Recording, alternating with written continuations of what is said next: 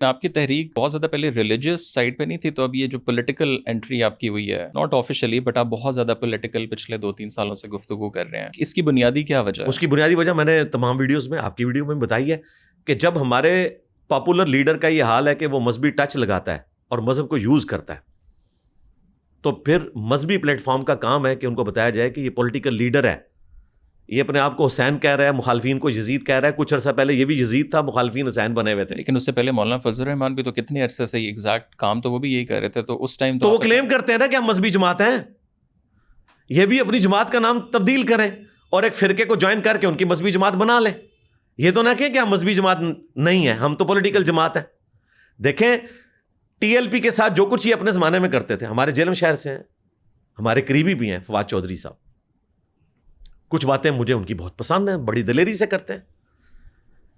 انہوں نے اس زمانے میں ایک جھوٹ بولا اور جیو کے 9 بجے کے خبر نامے میں وہ پہلی خبر تھی کہ جو ٹی ایل پی ہے اس کو انڈیا کے لوگ لیڈ کر رہے ہیں. بالکل جھوٹ بولا. تو جب تمہارے اوپر یہ الزام ہو تو پھر تم بھی برداشت کرو. تم نے بھی اپنے زمانے میں ایک جماعت کو جو ڈیویٹڈ جماعت ہے لیکن اپنی کاز کے ساتھ مخلص ہے. خادم رضوی صاحب کے بارے میں انہیں اپنی ینگ ایج سے جانتا ہوں. وہ ہماری گلی کی مسجد میں درس دیا کرتے تھے. 1993-94 کی بات ہے. میں ایف ایس سی میں تھا. اس وقت ان کی داڑھی بھی کالی تھی. کبھی کبھار آتے تھے. اس وقت ان کو کوئی نہیں جانتا تھا. تو آپ 20 سال سے ان کو تقریباً جانتے ہیں؟ جی زیادہ ہو گئے جی. 20 نہیں 30 سال. 30 سال. ہاں. تو اللہ کا شکر، کیونکہ وہ جیلم سے ہی انہوں نے حفظ کیا ہوا ہے. ان کا پیر خانہ بھی جیلم میں ہے. اور جس مسجد میں وہ پڑھتے رہے ہیں وہ مسجد میرے گھر سے اتنی دور ہے کہ اقامت ہو تو میں تکبیر اولیٰ پکڑ سکتا ہوں. 4 گھر چھوڑ کے وہ مسجد آ جاتی ہے. بالکل ہمارے گلی کی مسجد ہے. میرا بلڈ اپ بھی اسی بریلویوں کی مسجد میں ہوا ہے. تو اس وقت ان کے دھرنوں کے ساتھ جو کچھ یہ کر رہے تھے، خان صاحب تقریر میں آ کے کہہ رہے تھے کہ اگر آپ آرمی چیف کے بارے میں بات کریں گے، آپ چیف جسٹس کے بارے میں بات کریں گے تو اس طریقے سے تو ملک نہیں دھرنوں سے چلتا، اور آپ کہیں گے یہ بائیکاٹ کر دیں. وہی کام پھر انہوں نے خود بھی کیے. تو ہم لوگوں کو آئینہ اس لیے دکھاتے ہیں. اچھا، بعض لوگ یہ کرٹیسائز کرتے ہیں کہ آپ نواز شریف صاحب کے بارے میں کیوں نہیں بات کرتے، آپ بلاول بھٹو کے بارے میں بات کیوں نہیں کرتے. بھائی کرتے ہیں، لیکن یہ اس وقت ریالٹی ہے کہ اس وقت ڈیموکریسی کو ایک وائرس لگ گیا ہے پاپولرزم کا.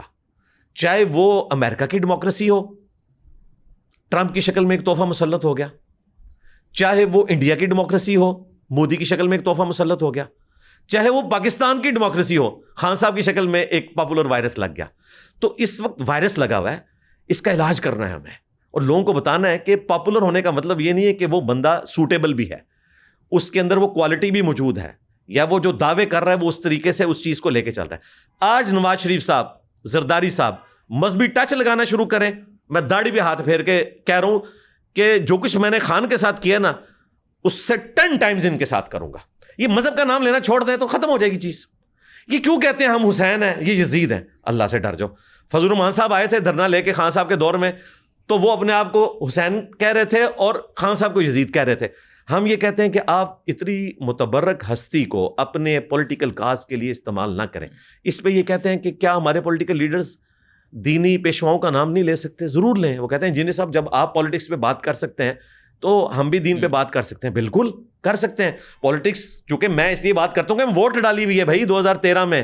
میں نے خان کو 2013 میں اس لیے ووٹ نہیں ڈالی تھی کہ وہ بقول جاوید ہاشمی صاحب کے کنٹینر پہ 2014 میں چڑھ جاتا. میں تو اسے نظریاتی سمجھتا تھا. مجھے کیا پتا تھا کہ یہ بھی وہ بیجوں والوں کے ساتھ لگ جائے گا. میں نے اس لیے تو ووٹ نہیں سے ڈالی تھی. تو میرا حق ہے میں اس سے پوچھوں. دین بھی ہر بندے کا حق ہے کہ بولے، لیکن دینی لبادہ نہ اڑے. اگر آپ سیاست کے اوپر بات کر رہے ہیں تو دینی ٹچ نہ دیں. دیکھیں وہ ٹچ والی بات جو ہے اس کو کنڈیم کرنا ہے. آپ نے روزہ رسول صلی اللہ علیہ وآلہ وسلم مسجد نبوی کی توہین کی ہے، اسے کنڈیم نہیں کیا. آپ نے کہا میرا کیا لینا دینا. میرا کوئی اسٹوڈنٹ جا کے یہ حرکت کرتا وہاں پہ جا کے، میں کہتا ہوں جی کل کو یہ ٹرمپ کو بھی لے جائیں سعودیہ والے. کون سا واقعہ کا ذکر آپ؟ حرم مدینہ اور حرم مکہ میں جو انہوں نے نعرے لگائے اس وقت کے پولیٹیکل لیڈرز کے اوپر. میں کہتا ہوں جی کل ٹرمپ کو بھی کوئی لے جاتا ہے حرم مدینہ کے اندر، سعودی اتنے گر جاتے ہیں، اس کے خلاف بھی کوئی روزہ شریف کے باہر اس طرح آواز بلند کرے گا، ہم اس کو اسی طریقے سے کرٹیسائز کریں گے. اور میں نے کہا تھا کہ یہ اب آپ کی قبر تک جائے گی چیز جب تک آپ اس کے اوپر توبہ نہیں کرتے.